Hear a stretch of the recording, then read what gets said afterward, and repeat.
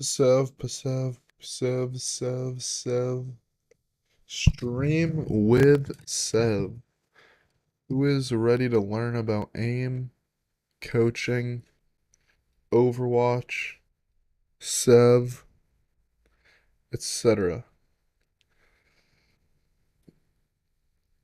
One more minute until I click the call button. He's about to introduce himself. I'll let him introduce himself rather than introduce him for you. Probably the best player I've ever coached, among other things. Um, Very skillful guy.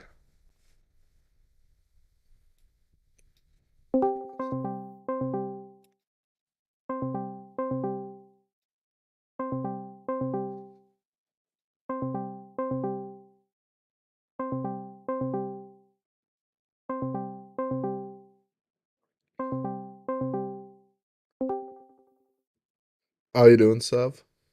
Hey there. Good. How about you? I'm doing good. I'm doing good. Let's see. So, let you want to start up by introducing yourself to the crowd, the audience? Yeah, sure. I'm Sev. I'm a top 500 support player in Overwatch. I'm a divine precise tracker, Nervous X aim lab benchmarks. I have over 2,000 hours in Kovacs, and I've hit GM a few times in Overwatch. I'm also a coach. My team right now is partnered with the two-time Owl champion San Francisco Shock. I'm on Shock Timeless as a coach. So would that be like their like tier two team, like the team below them? It's their team for Calling All Heroes, which is kind of like Valorant Game Changers. Okay. So it's like you're coaching a women's team pretty much, if I'm not Marginally mistaken. standards, yes. Okay, yeah. All right. So let's see. Let's start out with what would. So how'd you end up in that role? Like, not a lot of people are very good at aim trainers and also like coaching people for a game specifically, like at such high levels in both things. So how I kind of started in name training. Just like, yeah, sure. Like, just how would you get like to the point where you're like divine and precise tracking and also coaching a professional Overwatch team? Well, I started actually below the I forget what the lowest rank is, but I started the lowest rank in Overwatch, about 900 SR. But in the Sparky benchmarks, I forget what it's called, but I started below the minimum rank for that. Uh Um, huh. when I was about masters in Overwatch, after a few years, I Okay. started aim training seriously. Um, and yeah, it was pretty interesting to kind of make that move as well because I felt like my kind of climb and the struggle I kind of had to go through to climb in that sense, like going from the lowest rank to the highest. Mm-hmm. I think that what I learned along the way helps my coaching a lot because I'm able Okay. to give that in-depth, just precision on what went wrong, basically, because I have that experience. All right. So, So that's kind of how I found myself in that role, I mm-hmm. guess. I That makes sense. coaching. So now what would you consider to be like what you're best at, your strongest skills? In aiming, it's definitely just tracking, like precise tracking, reactive on larger targets at least. Mm-hmm. Um, those are definitely my skills in aiming. And then for Overwatch, it's mostly just my IGL, my kind of macro understanding, Mm-hmm. as well as my mechanics. All right. Nice, nice. So what inspired you to start aim training in the first place? Um, so there's a player that I'm not sure you know, but was in these leagues that I play in when I used to be a diamond player. Mm-hmm. His name is Blue Whale, razor sharp. You might have heard of him because he was on the benchmark team for Voltaic, I believe. Can't say I Uh, have. yeah, he has like, or at least he used to have every single like rank one air score. Uh-huh. So he was very good. And I specifically remember we played him in a tournament, and he said that Sev. Oh, he's like, oh yeah, Sev is shit. So I'm like, okay, well, what can I do about that? So I actually messaged him and I said, would you be able to help me aim train and improve my mechanics? Because they were okay for my level Uh-huh. at that time, but I wanted to really improve. Uh-huh. So he helped me get started on that, but then I actually stopped. And then later down the road, I met Fusa, who's another aimer in the community. Yeah. Um, and Fusa is Fusa, so I wanted to be as good as him, and we were Uh-huh. pretty close friends. So I started aim training All pretty right. heavily around when we met, Nice, nice. and I've been doing it I've been doing it uh, seriously ever since last summer, but really hard ever since last November. Mm-hmm. So, how'd you get started with gaming in general? Like, get into that point where you're in Overwatch and you're really high rank but pretty bad aim. Like, I feel like that's not. So I started on console with my Yep. friend as the worst of the group every single time. Eventually I moved to my mom's Mac and just ran like emulators so I could play PC games Uh-huh. and or my mom's laptop, either or. And I ended up playing just not really FPS games, mostly Hearts of Iron 4 strategy games like Uh-huh. that. And moving into the FPS genre, I followed a few of my close friends just into Overwatch for a bit Yeah. when it was really popular. And we With were on some console console. experience. Okay. This is when you Yeah, started console? on console first, Yeah. yeah, because Okay. I was worried about not being able to run the game on the emulator or the laptop. Okay. So I got it on console, and I was bottom, like I think I was below the SR threshold where you can't see anymore. I was Yeah. horrible.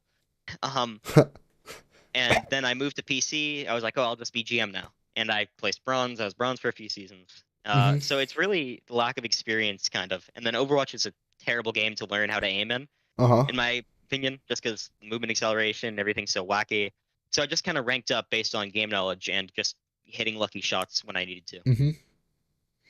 All right. Nice. Makes sense. So, you play support. Were you ever like using support characters that just don't require any aim at all? Like I've played probably 10 hours of Overwatch, but I definitely know that like there's different levels of support characters requiring different amounts of mechanical skill. So like were you ever like ranking up using support characters that didn't really need too much aim? Whenever Moira is meta, I play her Okay. because that's just kind of how I approach the game. Yeah. And it is frustrating, but I still aim train regardless whenever Yeah. she's meta. Makes sense. It's I did abuse her to climb a bit when I was in Diamond. Mhm. I abused her to climb to like 3400 when I Uh-huh. first started climbing, but yeah, that's about it for using those kind of characters. All right. Nice, nice. So getting back into the aim training part, like what do you feel like there's any mistakes you made that kind of set you back that you'd do differently if you were able to start aim training from the beginning again? I was not conscious during my training, and Uh-huh. I neglected smoothness a lot. All right. Meaning, like during my training, I would just kind of play mindlessly. I would play during online class. Was Mhm. a big thing. I actually got in trouble for that one time. Just long story, but my teacher disconnected, and it was a small class, mostly my friends. So I thought it was a good idea to connect my camera to my OBS virtual camera and stream Kovacs, which it was not a good idea. This was years ago. That's pretty Not funny. years ago, but in Yeah, years not ago. university, in high school. 2020, right? Yeah, So yeah, I years guess ago. so. Wow. That time Yeah, flies. Crazy. I guess so. But yeah, uh, that's I did that, and that was not a good idea. But No, but it's pretty funny. but yeah, conscious during it was funny. Being conscious during practice was a big thing, as well as just I neglected smoothness because I always thought, oh, I don't need to be smooth if I can just be on target all the time, which is like just doesn't make sense. Yeah, So I was very, very, very behind in smoothness. that makes sense. But now you're, yeah, that makes sense. Yeah, Makes sense.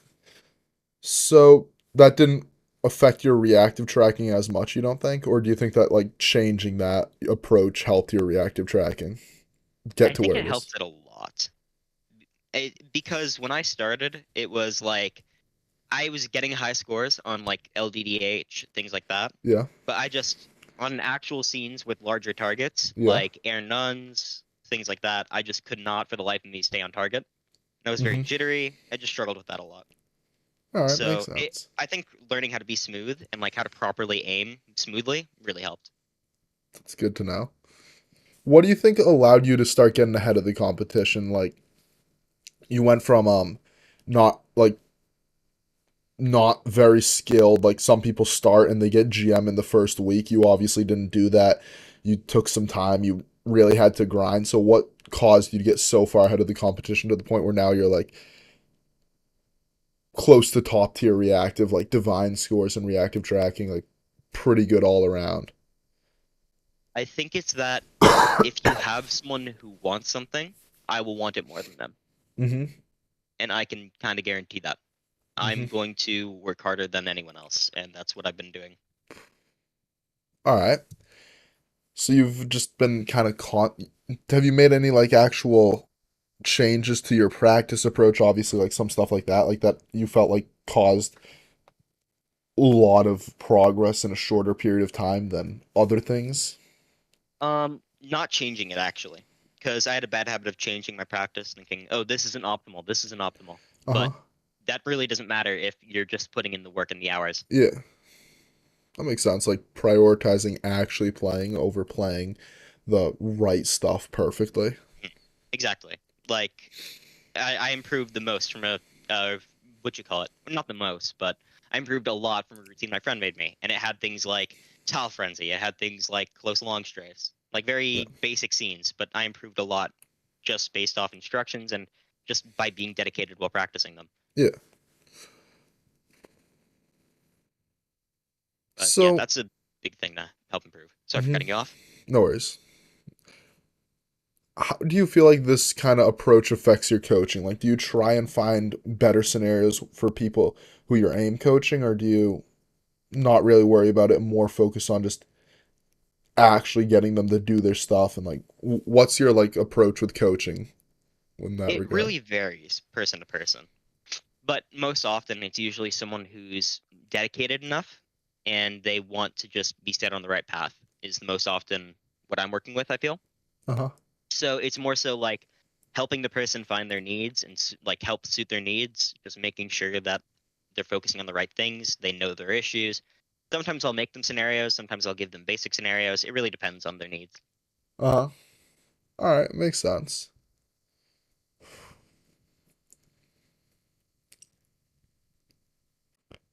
So, how'd you try and work to like apply what you aim trained into Overwatch? Like, it's something a lot of people struggle with, like applying aim training into games. So that's really difficult because I struggled with that a lot as well. A lot of that came from the fact that I play support, so my role isn't a very shoot heavy role, all the time at least. So I struggled with that because I just didn't have opportunities to show it, but I also did because I just didn't practice enough in game at a certain point. Like I wasn't playing enough deathmatch, things like Mm-hmm. that. I also just wasn't like I wasn't making these habits that were helpful, if that makes Mm-hmm. sense. Like I would just strafe aim in Kovacs and I'd never dodge in game. And Yeah. sure, it helped my aim a little bit, but I just get punished for it. And it was just all these little habits that I made from either Kovacs or just bad habits that I never addressed. Like, for example, my jitteriness or um, just having bad control over my arm in general for a while. I never Uh-huh. really addressed those issues. So seeing an improvement in game was mostly finding those issues Mm-hmm. and working to just improve in game as well and in engine. Uh-huh. Makes That sense. was a big thing. Yeah. Makes sense. All right. And let's see. So, do you feel like there's still a kind of a skill gap between like you obviously have very good aim and aim trainers and you have very good game sense for Overwatch? Do you feel like there's still something that you're kind of lacking that's keeping you in that coach role rather than playing pro? Because I know you were playing semi pro, if I'm not mistaken, for a little bit, right? Below semi-pro. Below semi, Was yeah. So do you feel like, um, but I feel like yeah, it's just those players have more time in game than me, and hmm also it's just they're better, hmm plain and simple. Like I'm not the best Overwatch player on earth. I think I'm quite good. Like I think I'm good at the game, but I also think that there are players out there who are just better. They have more hmm game time. They just understand the game better off the bat. Things like that, and that's just kind of how it is. hmm I think I do want to pursue being a player. Right now, hmm I'm a coach, just mostly for just helping my friends, and I wanted to coach as well. It's very fun to me. I enjoy it. Mm-hmm. But I think that being a player is who I should be, and I want to work towards a goal of eventually being a pro player in Mm-hmm. Overwatch. However, right now the gap is massive between me and those types of Mm-hmm. players, just because the dedicated in-game time, things like that. The resources as well is a big thing. I've just recently started getting these Overwatch resources for myself, and it's Mm-hmm. been incredibly helpful. And what So, do you mean by resources? just things like a coach who's willing to work with you on a long-term basis. Uh-huh. It's harder to kind of work with yourself, I found. Mm-hmm. I just struggled with it a lot. Mm-hmm. So working with somebody who's willing to work with you long term, things like that, finding a good coordinated team or building one is very helpful as well. Mm-hmm. And who, if you don't mind me asking, who is working with you long term? Nuna or Overworld, the other coach on Timeless. Okay. He's helping you a lot. All right, that's Yeah, nice. she's been helping me a lot. She is? Yeah. Yeah. It's good. So that So, type of kind of player coach relationship. Sorry for mm-hmm. cutting you off, but Noise. it's super important for player development, I found. Mm-hmm. That's good. So on the topic of like coaches, like I've noticed you've probably hired 90% of the aim coaches out there, probably a few Overwatch coaches and all that stuff. Like, what are your takeaways from that, and how do you feel like it helped you as a player and a coach? No one has the right answer. Everyone is giving you what they believe to be the right answer, but there isn't a right answer, especially in aiming. Mm-hmm. Well, more so in aiming, because it's we have technique, right? But then you see players maybe like Mad Badman who don't aim the way that, for example, Maddie would aim, right? Yeah, One's that's fair. more very reactive. One's very like just very precise and has very good technique, right? Yeah. I found that some people would tell me more focus on these issues and work on your mouse control, and other people would say work on your technique. So I found that there's a very big divide, and I really don't think anyone has the right answer. Mm-hmm. I think that it's different for person to person, and I think it's just it matters it matters that you know what you're talking about, and that's really it. I think that everyone can have a different opinion on how to do something correctly in aiming, Mm-hmm. like for example bard pilling or just trying Yeah. to land on target smoothly is another big one. I think that both are right for different situations, and it's kind of up to that coach to help you figure out which is the right answer for you, Yeah. if that makes sense. Makes That's sense. one thing that's helped me a lot. So, how have you applied that to your own personal coaching? Because nowadays you're doing a lot of aim coaching, FPS coaching, and all that stuff. How So is I, oh sorry, Yeah, I was just gonna repeat the question a second time. Just yeah, so no just worries. say it. Yeah. Yeah. So I think that um, sorry, could you ask the question again? Because I got confused. Yeah, sure. I'm so sorry. So how do you think having like learned from all these people helped your own personal coaching with teaching different people? Um, I think it's given me kind of all these different perspectives, and I Mm-hmm. think that makes it so. I think a lot of people see a lot of these kind of questions in black and white, and they see a lot of this technique stuff in black and white. And I think my perspective, because I've worked with so many different people, is very wide, if that makes sense. And I have a very different perspective than a lot of people. And I'll be able to kind of see these different points of view, and we'll be able to work on that with people, right? And I'm Mm-hmm. also not afraid to be, I guess, wrong might be the wrong word, but I'm not afraid to be very like, let's figure this out together, Uh-huh. rather than me telling you this is the right way and that's it. Uh-huh. All right. That's how I think it's helped me a lot. For anyone watching the stream, medify.gg/at Sev. If anyone wants to have Sev Thank you. work with you to figure things out together. Uh, yeah, a lot of coaching. Oh, you do Apex Legends coaching now too?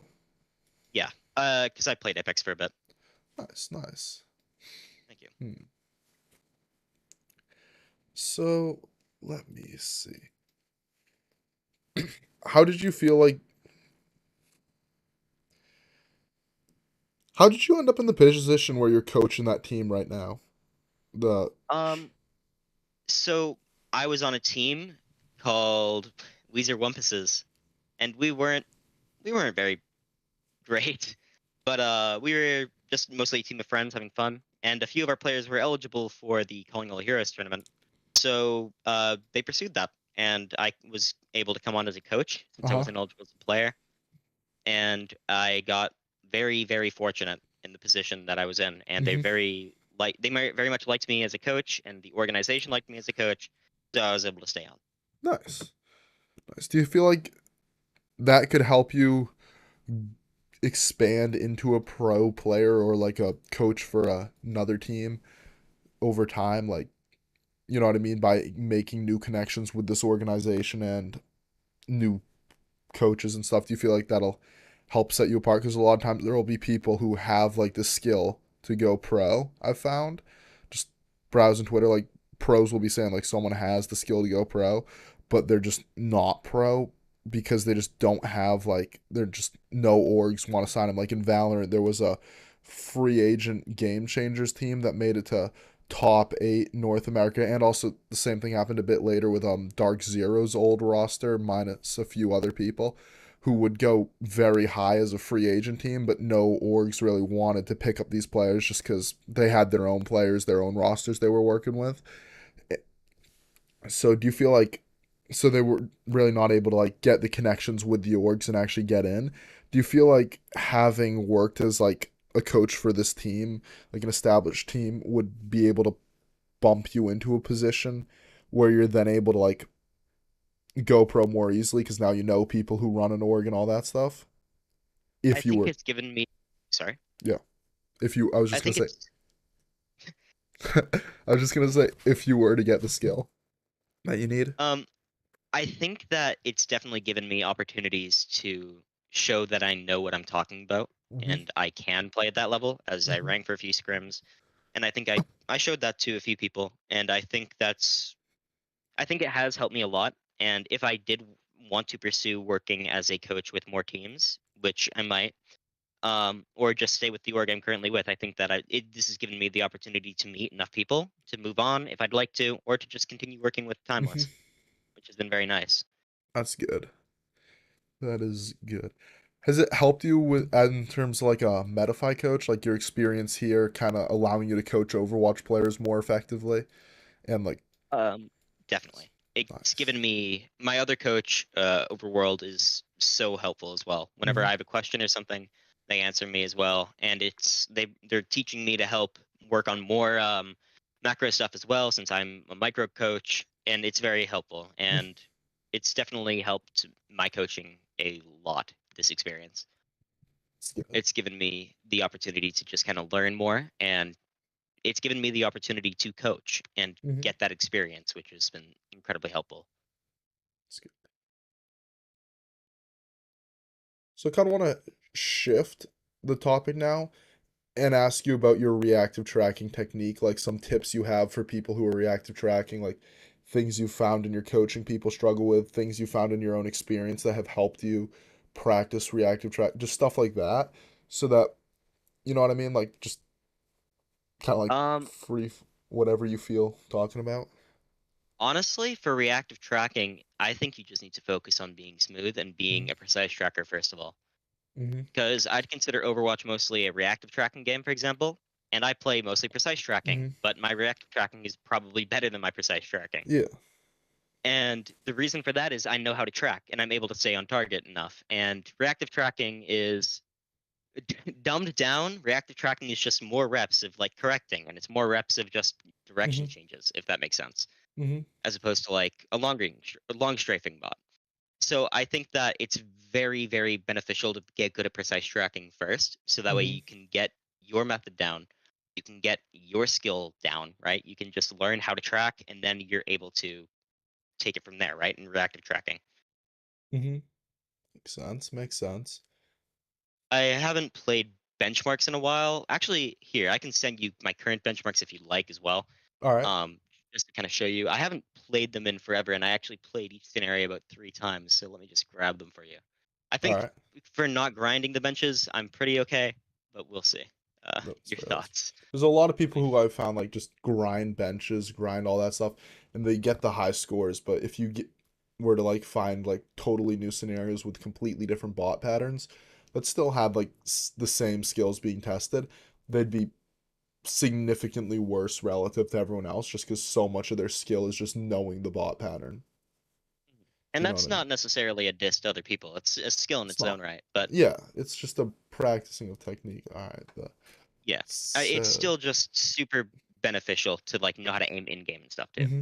Uh, there's my updated kind of ranking. I So guess I'm rank 61, so definitely lower than 60. other people, but not bad considering I don't play them really, No, not bad at except for the all, tracking. except for the tracking. So the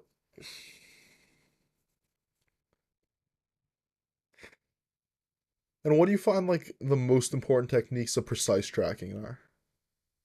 Making sure that you're implementing your arm.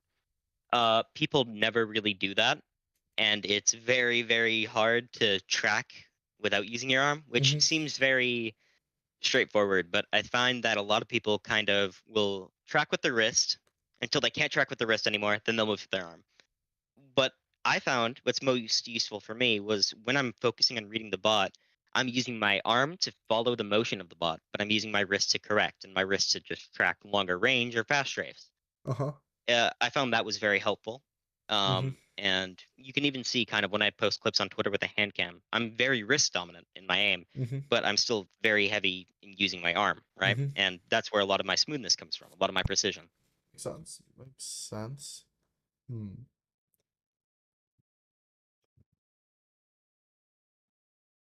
That makes a lot of sense. I'm just thinking through where I want to go with this next.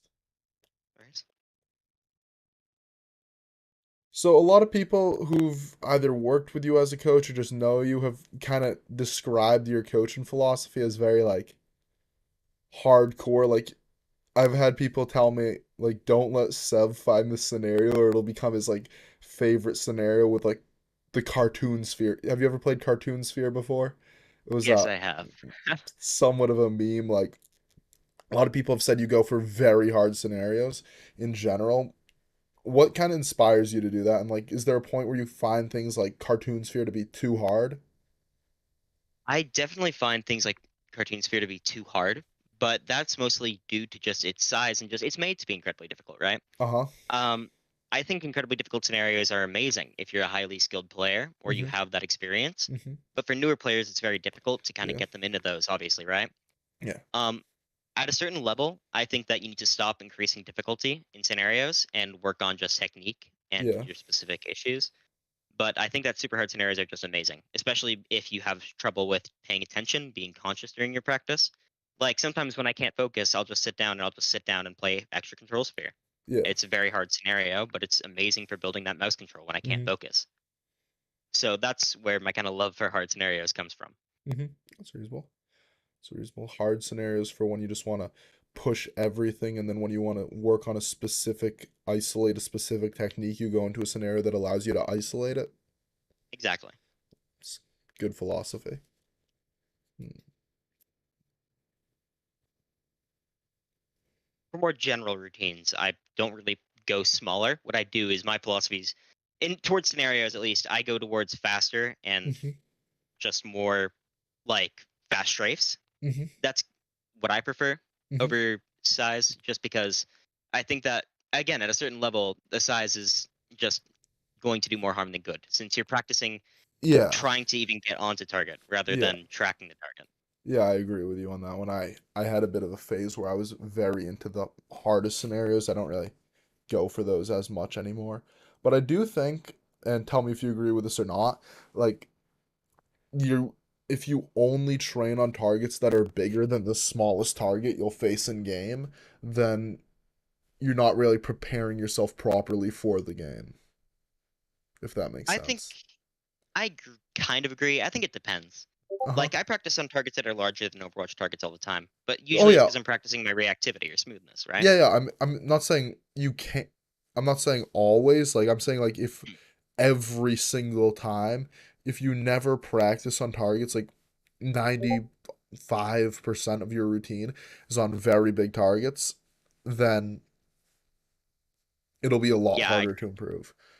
Yeah, like what was it? that, I I don't for sure agree with that. I think when I worked with you the first time, right? Mm. At least skimming through some of your routines, it felt like almost all your coaching kind of like applied to that, like bigger targets, right? Maybe I Yes. was wrong, yeah. And I feel like, yeah, that kind of gave. I actually really thought of training smaller targets. I think during our session, I have a lot of new ideas while I'm coaching, which I think is a good thing. I don't know if you've had that experience where you're coaching someone and then something just kind of clicks in your mind. Oh, for sure.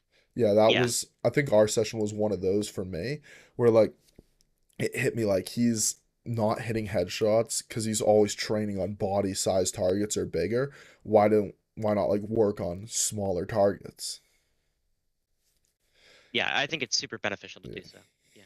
yeah, that's a good thing that we're still on the same page on that one. Hmm. So when you work with the players on the current team you're working on, like the I forget what Shock this timeless. the shock timeless, yeah. When you play with that team or when you work with that team, are you more focused on helping their aim and mechanics or like their game sense or just everything? Like, do you ever like help them with aim training routines or do they not even aim train or what's the story behind that?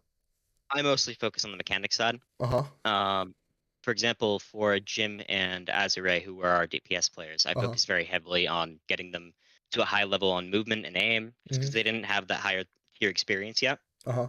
So we worked very hard in aim training and also just learning proper ways to aim, just issues and just Uh-huh. problem solving. We worked Yeah. very in depth with that. So I mostly focused on mechanics. Yeah. For example, with Jim, our biggest thing was working on dodge since Reaper was meta. Mm-hmm. So Jim kind of, no offense to Jim, they're the best player I know, I think.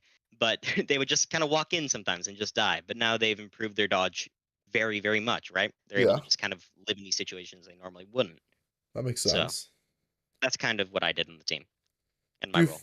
feel like that kind of mechanic focused role has a job as you get into higher and higher level teams?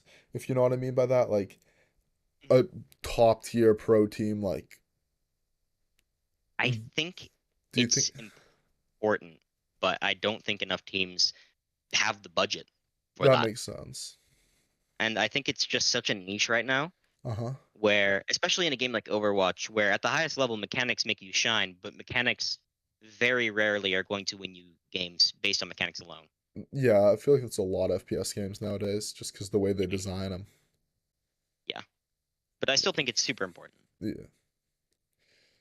When I play Overwatch, I haven't played it much, but I kind of played it just thinking of it as almost like a single player game. I know this doesn't make a lot of sense, but like I'd go in there and I just think of it almost like you're playing like Doom or something because of how different like the I different like how different it heroes is from are. Val. Like no, just how different the different heroes are. Like I'd be on Soldier. Like there's a Reinhardt out there. I've no idea how to kill a Reinhardt. No idea like so I just see a big target with a lot of health and kind of just like play it like a single player FPS where I try not to get hit up by any of the colorful flying things and just shoot the big like target. So like I see how like Overwatch teams like what I'm getting at is like there's a lot of characters it seems like in Overwatch that are just playing RPGs and like not really working on FPS mechanics. Like no Reinhardt needs someone giving them a Kovacs routine. Like I've seen you know how the Houston Outlaws are partnered with Kovacs? Yeah, I see their like tanks always playing like their Reinhardt guy always playing Tile Frenzy and I'm like what are you getting out of this? It just doesn't make any sense to me. yeah, It's probably just a marketing scheme, but like yeah. I I find it mean, yeah. It's like yeah. At the highest level, Overwatch is super, super game sense oriented, yeah. and we had way more VOD reviews with our primary game sense coach than we did with me. Yeah, that Um, makes way more sense. Yeah. yeah, it's just super beneficial. Like it's like Valorant at the highest level, Mhm. right? It's very little mechanics, Mhm. but Overwatch is more mechanics. I also think Overwatch is just obviously not a diss to Valorant, but I think it's just much harder to aim in Yeah. as well. So I think that the role of kind of a mechanics coach is definitely has more of a place in Overwatch than it does in other games. But Okay, that's fair. That's reasonable. And do you think a team like the Outlaws that has the money from Kovacs coming in would be more likely to buy to like invest in a someone who does like what you're doing, like a kind of a mechanics coach, than a team like any other team? I think so. I 'Cause- think because they have that door already open, yeah. it makes sense for that kind of to happen. I just don't see it happening, especially just with the way the Overwatch League is going right now. I don't really Hmm. see a lot of money being invested. So Hmm. I think for more amateur teams and people doing it not being paid, you can see it. You're going to see it a lot more. I feel Uh huh. not necessarily in Overwatch, but just in general with Uh huh. how kind of mainstream aim training is getting. Yeah. But I just don't think that we're going to see it as like the biggest thing. Like in Apex, there's Dragon, if you know Dragon, is working with the pro team Oh, right I've now. heard of him. Yeah. Oh yeah, he's I working with Xset, right? exactly. Yeah, I think I Yeah, saw that on Twitter. I think we'll see it have more of a place, but I don't think it's going to become mainstream. That's fair. I've seen other things online, like I won't say which coach it was, but I saw this video on Twitter where this guy comes in and starts like a guy who's supposed to be an aim and mechanics coach like comes in to like a Apex Pro team and tells like one of the pros that they're like very bad at what they're doing, and like all the pros just start dying laughing. They're like, "Wait, you're serious? You're supposed to?" This like basically bullying the guy. Like, have you had to deal with any like because like they've never aim trained before? They don't really like, for lack of a better word, like believe in the practicing mechanics as being that beneficial. And I guess the question is like, have you ever like dealt with someone similar who like where you I'm guessing your whole roster isn't people who you already knew before coming onto that roster for the timeless team. So have you ever dealt with a player who like just is like, I've never aim trained before, I don't like believe it's beneficial, and like kind of like working with someone who doesn't want to work with you? Only once, Hmm. but I just didn't work with them, and it was done as no, they just didn't want to work with me, so I said, okay, that's fine, we don't have to. And that this was a while ago. Uh-huh. Uh, but I mean, it. Some players just don't believe it, and that's perfectly fine. Hmm. If they don't want that help, they don't need it. Yeah, Um, that's fair. I haven't dealt with that to my face. I know one of my players has. I've kind of gotten a bit of words from other players. And then my players have talked to me about that. So I mean, it's completely normal. If People don't it's really think it's a thing, but if it's not like too personal, like you want to build more on what you mean by like words from other players that your players told you about, like what just was. like making fun of my position and like, Hmm. oh, not a real coach, things like that. It's completely fine. You don't have to believe that it's a real thing, right? Hmm. But I personally haven't dealt with it, That's good. and some players just aren't gonna want to believe in that, and that's completely Yeah, that's fine. fine. Yeah, that's one thing I noticed where I did this little program where this guy had like a bunch of people who would. This guy was basically coaching like 40 Valorant players at once, and he wanted me to do like a session with each of them just to work on their mechanics. So I was like, all right.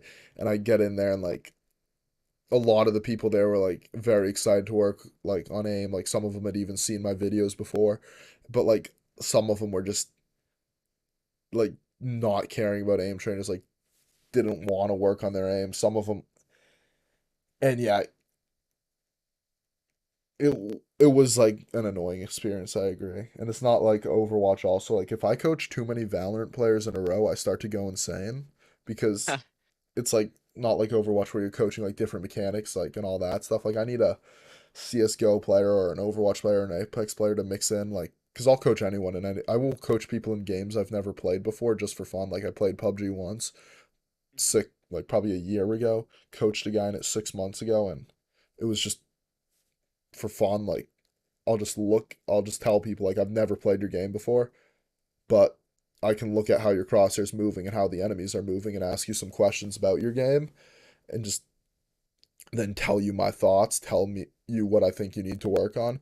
And I feel like those sessions honestly are my most productive for my own progress just because I'm able to give myself a completely new set of information to look at and kind of just have to find new ideas, if that makes sense.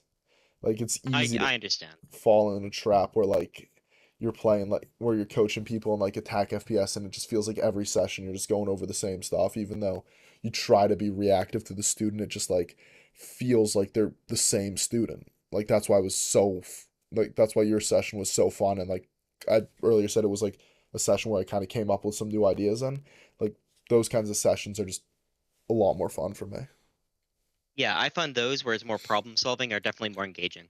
And Yeah. it's very nice to especially work with the student and help them increase their understanding as we work through it together as well. That's one y- of the big things that I enjoy is helping Yeah. someone increase their understanding. Yeah, it is fun. And like another thing, I feel like there's coaches out there who feel like they have to know everything, if you know what I mean. Like they feel like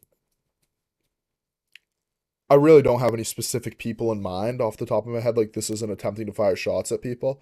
It's more thinking of just like how like different people who teach things across the board are. If anything, I'm firing shots at some high school algebra teacher I had, like who just feel like they need to know everything. Like and I think, feel like that's sorry. like just not the case. Like I remember when I was working with there was when my channel was really blowing up, like especially right after I worked with Noted, I worked with a couple Valorant pros who just for a bit of time and like with both of them I just ask them questions because I mean I know I have like Valorant background clips in a lot of my videos, but I'm really not much of a Valorant player. Like I don't know how the game works. I don't know the meta. Don't even know how most of the guns work. So I'd ask like just questions about what the person was trying to do before I'd give my thoughts. And I feel like being able to like work with the student in a back and forth is very important. Being able to just being easy to work with is super important. And also just I don't know if you need to have an answer for everything. Sorry, I don't know if you need to know everything, but I think you should have an answer for everything. Yeah, that's what I'm Like there saying. yeah. Like it's just being able to help someone understand and work through something Hmm. is super crucial as a coach. And that's why I feel like a lot of people who try to coach are just players, right? And that's completely fine. Power Yeah, to you, right? But for a lot of people, they don't have that experience in problem solving and they don't really have that experience in working through those types of issues. So that's where problems kind of come in with player coaches, right? I mean, to be fair, the only way to become not a player coach is to coach, so it's not unreasonable. Oh, exactly. Like Yeah. everyone's like it's just starting out with it. So like I mean, you might not be the most experienced coach, but you just got to coach to become the most experienced coach. Like I did my first few coaching sessions completely free cuz I mean, I didn't know how to do it. And then I did very low money on Fiverr to like subscribers on my channel and they all told me to like raise my prices and that's kind of like how I got to like Medify where I am today. Like the first guy I coached him completely free. He was a semi-pro Valorant player, rank 1 Radiant, who reached out to me. He's like, I want to go pro. I was like, all right. I had like a bunch of DMs, and from probably at that point, I started to get DMs like somewhat regularly of people who were just like, I want to go pro in Valorant. I'd be like, okay, cool. And they'd be like, I played the game for about 20 hours. I like bottom half of the player base in terms of rank and I'm like, yeah, you can go pro, but you'll need like years of grinding and they're like, well, I want to do it by like 6 months from now and I'm like, that's probably not but this guy like was so close. He was already on a semi-pro team just trying to get picked up and just needed like scrimming against pro teams and stuff. So I was like, all right, I'll work with you. So I worked with him for a couple months, make him some aim routines, talk to him about different things, and I don't even think I know half of what I know today. Like, probably I knew a third of what I know today when I worked with him. Yeah. But I was able to get him like what he needs, make him more able to play, and like get him to a point where he's now, or where he didn't end up going pro. He ended up quitting and getting a software engineering job after a bit, just because money Yeah. was tight. But the point was like he told me I should start working with people, charging more money, and all that stuff.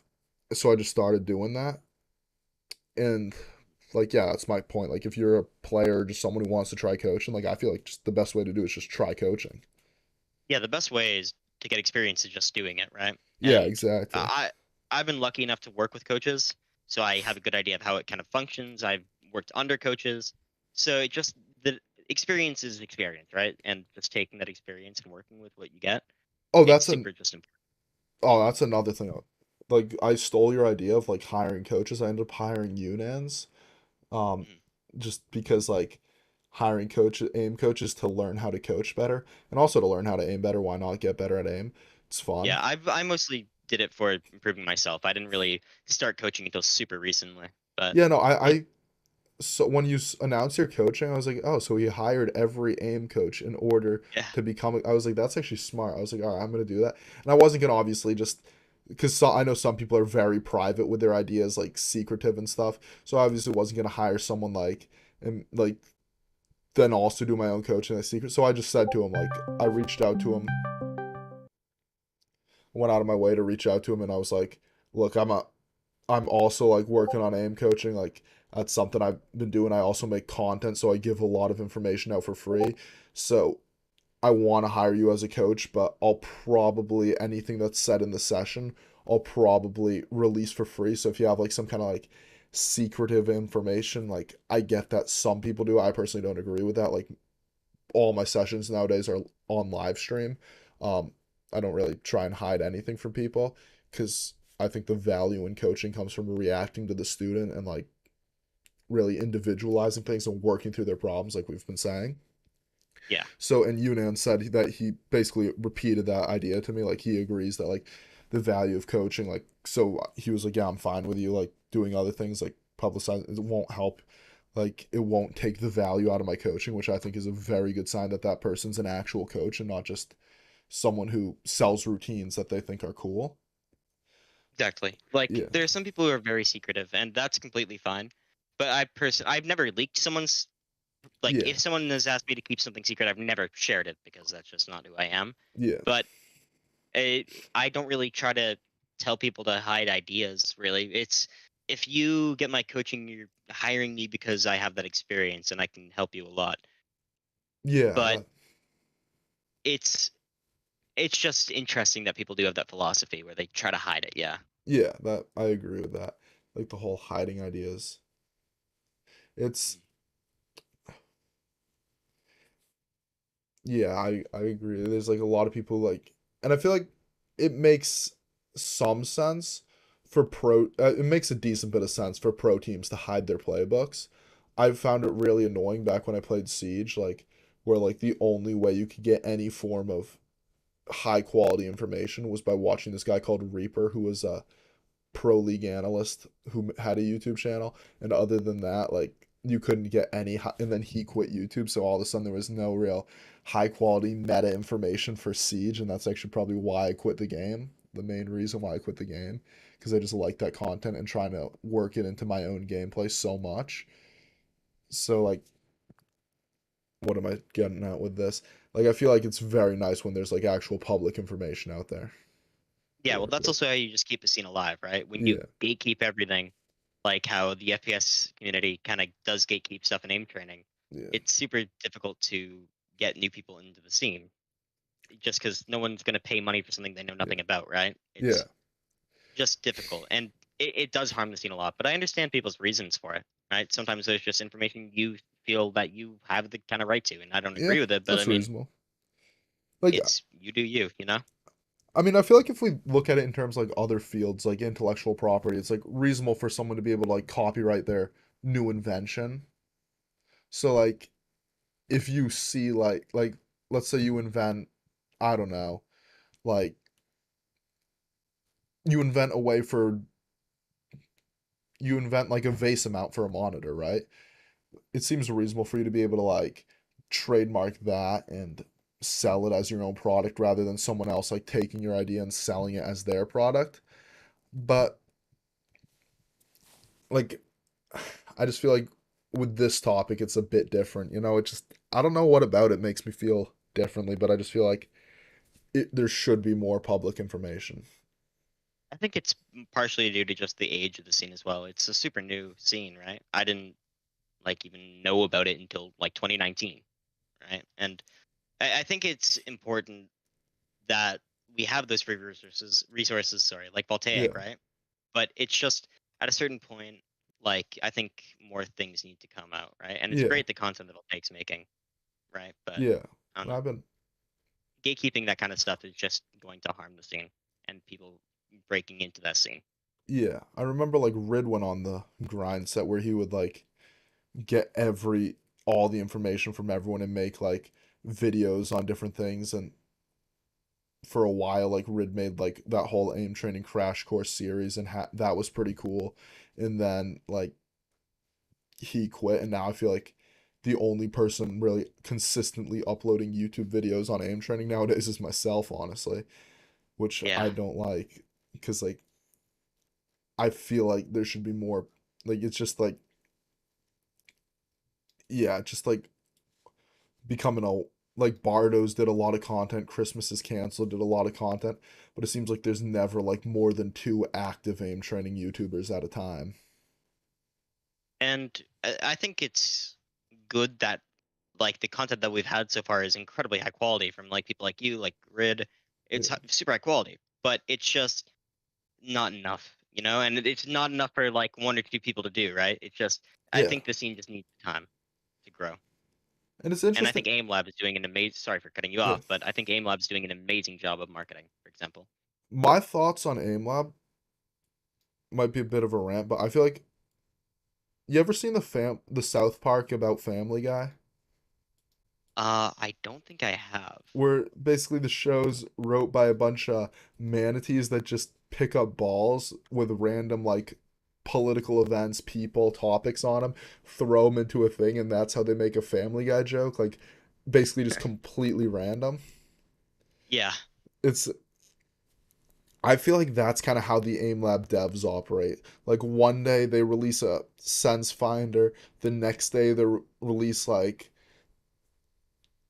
a Valorant Tracker 2.0 that's like in aim lab. The next day they release like the voltaic under iron fundamentals with score targets on them. The next day, like, and then they'll release something that's actually pretty cool, like I'm trying like a built-in sense randomizer. I thought was a pretty cool feature. They'll release something like it just seems something like more like useful. yeah, I've heard that there's actually the Valorant friction in aim lab nowadays, so you can make scenarios that feel one to one with Valorant where you can move around, and that was like we also got that pretty much down in Kovacs, but that was like a hard grind for like a bunch of players to do versus the devs doing it in aim lab. I think AimLab is like it has so much potential. I just think that does need to focus on kind of what the higher level community wants, and so those are the people spending the most time actually in the trainers, right? The people grinding for scores. I do agree with you, but at the same time, I guess I see where they're coming from too, because it's about monetization as well. Oh, for sure. Like they need like there wasn't I feel like AimLab a lot of it is like about trying to collect data to figure out how to improve faster to kind of sell to pro teams if anything and orgs. Like that was probably one of their monetization pitches because of how much work they put into data collection. I think that's might be what the Sense Finder was really about, like trying to figure out like data on which sensitivities people performed well on. Like Yeah, I know they collect a lot of data. and I feel like they're starting to find that FPS data isn't as valuable as like normal data, like people's personal sensitive information and what their conversations are about that you can use to market to them, right? So like Yeah. I feel like while they have all this data that's why I think the AimLab Plus thing came out because they realized like the investors kept dumping in money for the future of FPS and now it's starting to look like that money isn't going to go anywhere, if you know what I mean. Like Yeah. so they need like a monetization thing, which is why I think AimLab Plus. But I feel like if anything, if your number one pitch on AimLab Plus was like you have Valorant maps 1 to 1, then it's an interesting pitch. Yeah, it's just like completely, for example, useless for people who aren't Valorant players, right? Yeah, and Like even I for have like no reason to purchase it, even though I love AimLab, right? yeah, I mean It's just difficult. even for Valorant players, like there's a free game called Valorant that also has all the Valorant maps that you can go in individually on. And like I was seeing some of the stuff they put on them, it was like literally just walking around the Valorant map while keeping your crosshair at head level was like some big thing AimLab was promoting on Twitter, which is like, all right, uh, but they're also doing a lot of cool things as well. I feel like having Bardo's in charge of it is a good move because he actually I knows what the community does. imagine if Kovacs updated their engine, how great that would be. Imagine if Kovacs updated their game. Yeah, that'd be great. Just Anything would be at this point. like I'll say to Kovac, like, hey, I had this idea for the game. He's like, oh yeah, we've had that on the agenda for about 6 months. It should come out in the next 1 to 2 years. I'm like, or I'm not that might even be, sure how big the development team is, but isn't I it don't quite know. small? I don't know, but it's not a lot of people because I mean,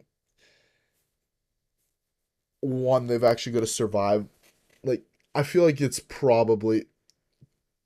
I think I love Kovac. He's a nice guy, but I feel like his business model is kind of collapsing just because someone decided to make the some rich people invested in like making the free version of his game like just massively popular. Yeah.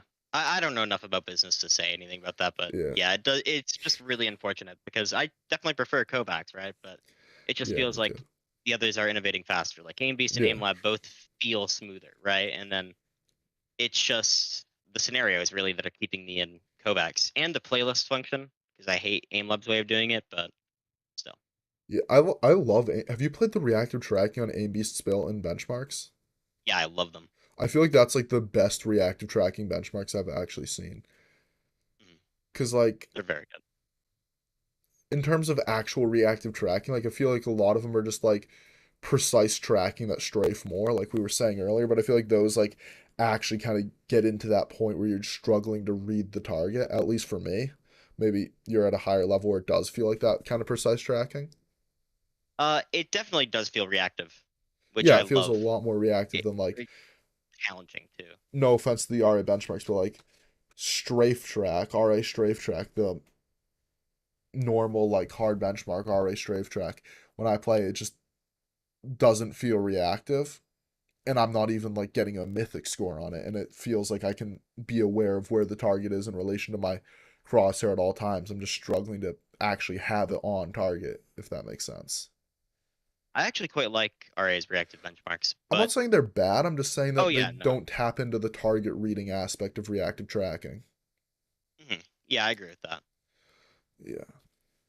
And I feel like that's not a and I feel like it's also a balance because when you make the target too difficult, then all of a sudden scores become inconsistent and it's really hard to actually assign a rank to a score. So I'm not saying that they're doing something wrong with their benchmark. It's just weird, if that makes sense. No, I definitely agree with that. It's tough to like make good benchmarks for everyone, but I think AimBeast has definitely done a great job. Yeah, I love them, like their reactive benches. Like you mentioned, it's very hard to just even keep up with them.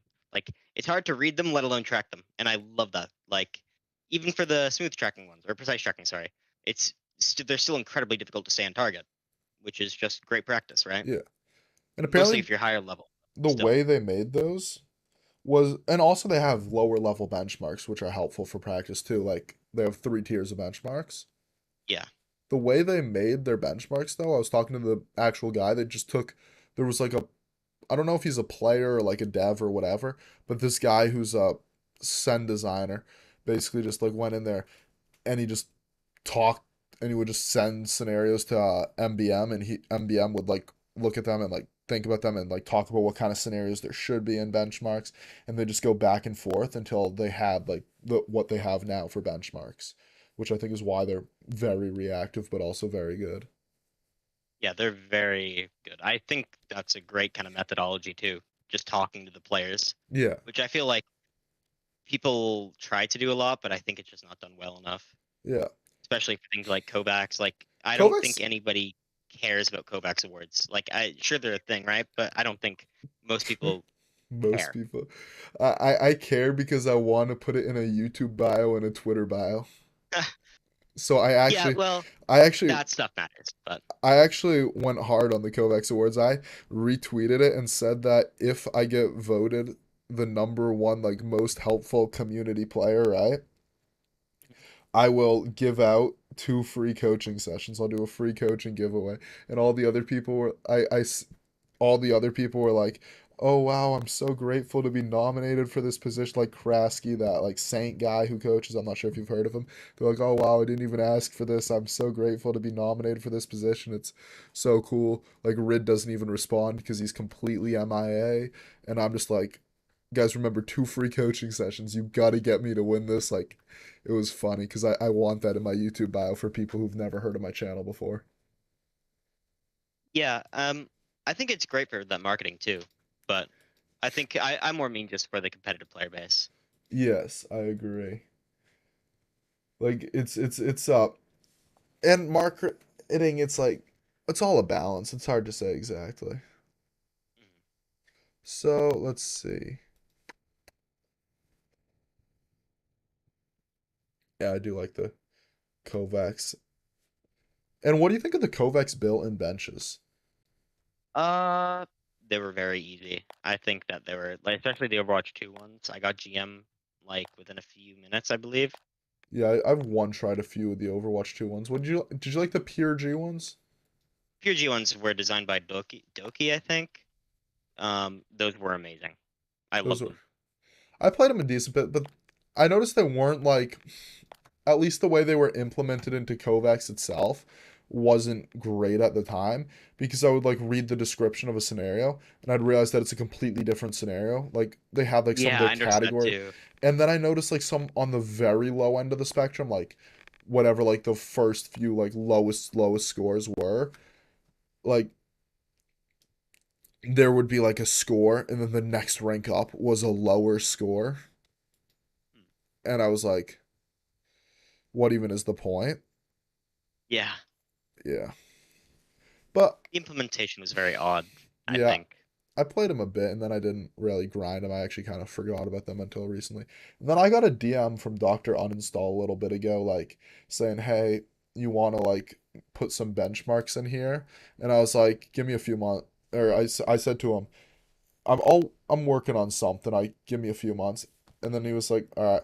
He's like, all right, but what about your Valorant project from a little while ago? I'm not sure if you saw it, but I made like a Valorant specific benchmark a few months ago. Yeah, I saw those.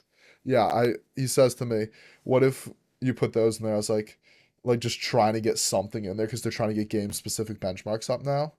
So that was Yeah, probably his intent.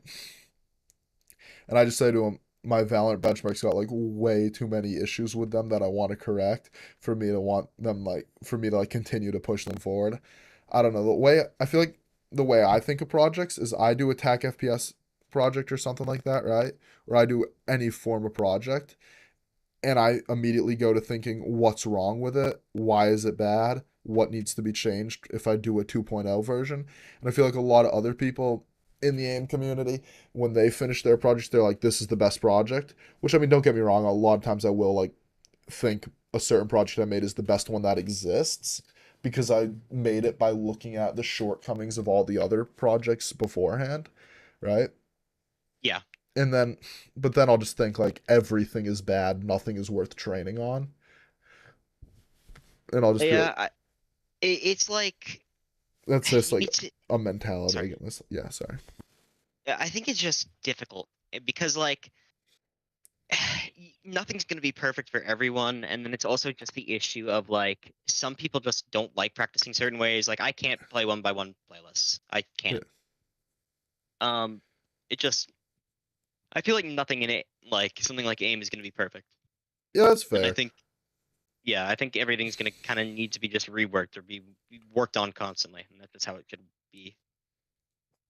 I just feel like for that project specifically, I feel like the playlists were too rushed. I feel like I could have done more scenario diversity, more quality scenarios, and I feel like for the benchmarks themselves, I feel like the dynamic clicking part, I could have done it differently. I feel like some of those scenarios were just too difficult for benchmarks at least. Like, I mean, there were some scenarios where like luck was the difference between the lowest tier and the highest tier score, and it just what people were getting super inconsistent scores, and it just I didn't love those benchmarks because of those things, like especially the dynamic ones, and then yeah, like I feel like There's a lot of work that goes into benchmarks. Yeah. oh yeah, it's so hard to make a benchmark sheet. Like that thing took me like 4 months.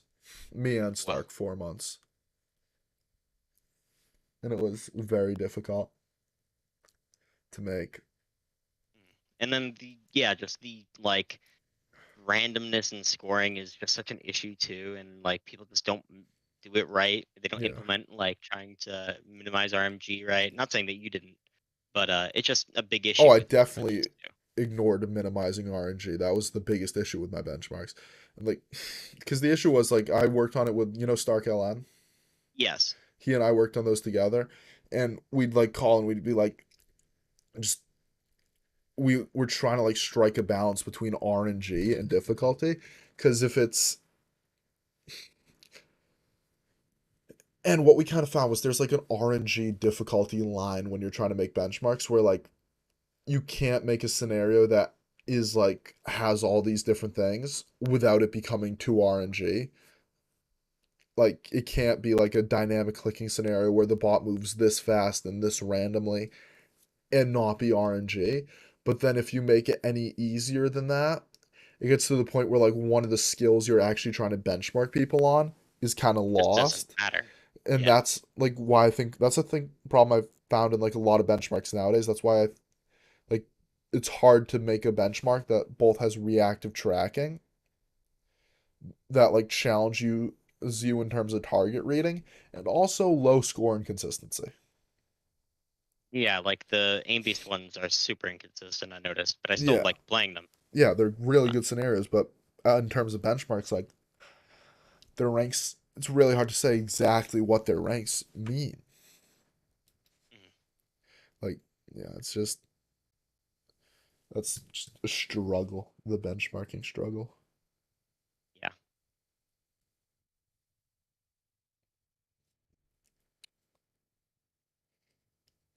Did you have more questions that you wanted to go off of? Oh, not necessarily. I've kind of just been like bouncing around, just seeing where the conversation flows and all that stuff. If you have something to get to, we can call it Uh, whenever. But if you have more you want to talk about, I'm down to talk. I did have something in about 30 minutes, but I'm fine to keep going Yeah, no, if you like want to. I'm just like whenever, like I'm just what kind of happened, same thing that happened with the Salzy interview was like first we'd go over like the basic questions I sent you, and then what I found is like a lot of information comes out like when we just let the conversation flow, like it just feels like a podcast. Like with Salzy, we were bouncing all around, like we were talking about like the admission into RevoSect, like and all that different stuff. Yeah, Makes I, sense. I don't know, whatever. Like we can call it whenever you need to call it though. So let's Your call, see. boss. Let's see. Whatever you'd like. I'm just thinking. I feel like yeah, I'm just thinking like do you have any topics that you were hoping to like be able to address, like talk to people about on the stream? Honestly, we covered what I booked on covering or Yeah, wanted to cover. cool, cool. I've mean like you got something at 5 or 4, year 4, Yes. coaching or something? Sorry, no, family thing actually came Oh, up. family thing? Uh, Yeah, you need to get ready for that. So yeah, yeah, sorry about that. yeah, no worries at all. Like this was a good stream. We got what we wanted to cover and I'm happy with it. So we can I'll be in touch with you. Oh yeah, one more thing. Everyone in chat has to buy Sev coaching now because Sev is good at Sev coaching. Medify.gg/@Sev. Very smart guy. I'm probably gonna buy this myself, so you should too. Um, Thank you. yeah, I actually probably will buy your coaching somewhat soon. So we'll be back. Yep. I just wanna probably gonna spend January doing a 24 centimeters Skypad HSK Pro Ace arc. Oh wow. Good luck with that. It's been fun. It's been fun.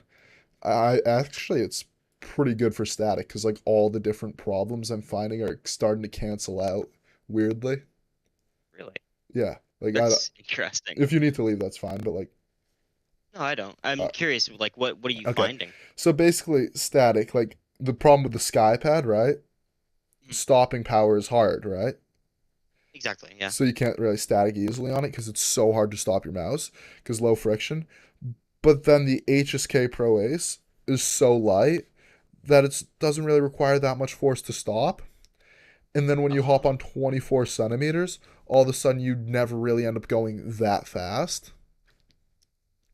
So that like makes sense actually. the stopping power doesn't become a problem. And then 24 centimeters is usually pretty imprecise. But when you're on such a light mouse, on such a low friction mouse pad, it's a lot easier to be precise. So it's definitely like not as good as like a cloth pad lower sense. But like I feel like the issues are like somewhat canceling each other out. I mean, that makes sense. It's That's pretty pretty interesting, actually. it's pretty funny in my opinion. It's like obviously not perfect, but it's just kind of fun to do. I wanted to spend this month because me and Rob are pretty much the same skill level right now. Like he's probably slightly better than me, but we're very similar. And I want to spend this month challenging him in a 1v1 on the RA benchmarks to see who could, because Rob's basically held the same skill level for the past year and I've improved. I wanted to challenge him to a 1v1 on the RA benchmarks and see who could win on the 24 centimeter challenge. But he didn't do it, so now I'm just Well, solo 24 centimeter challenge. I wish you luck with that. It sounds fun. Thank you. But yeah, you got to get going. I'll let you go. Thank you very much for No the problem. opportunity. Of course, anytime. Glad to hear from you. All right, I'll see you around. See you, Sev. Thanks. Yeah, Sev's the goat. Love Sev. How can I ask him his opinions on fog? I don't know what that is or if it's like very messed up, so I'm not gonna say it out loud. Um, how can I identify my weaknesses? VOD review your gameplay, see and just it's a feeling and it's a VOD review. Watch yourself play, watch yourself aim and see yourself die, see yourself miss shots, see yourself die in game. Don't cancel me, YouTube. And see yourself miss shots. And yeah, thanks for the stream, guys. Oh, thanks for showing up, Trips. Tripez, very good. Skillful. Yeah, it's good. It's yes. I've been playing W stream. Yes, great stream. I've been playing uh subs reactivity playlists. Yes, subs reactivity playlists are great. It's a cartoon. It's a character from Looney Tunes. Did Sev solo his reactivity playlists? Sev. Sev. I'm gonna try and find his playlists. Uh,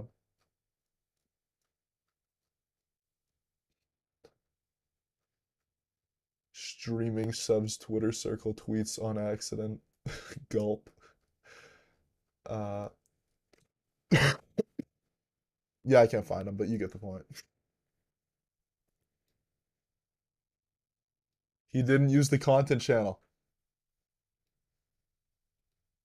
Yeah, he did.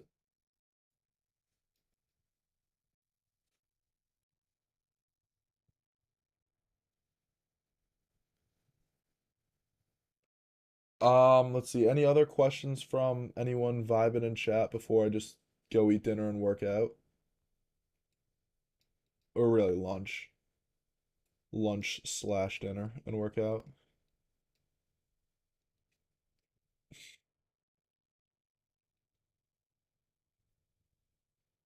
I'll give you guys some. Okay. All right, we're dropping on viewers, dropping on viewers, dropping on viewers.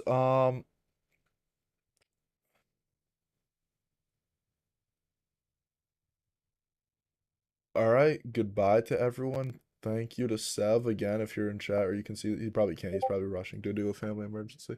But I'm gonna go eat food. I'll see you all later.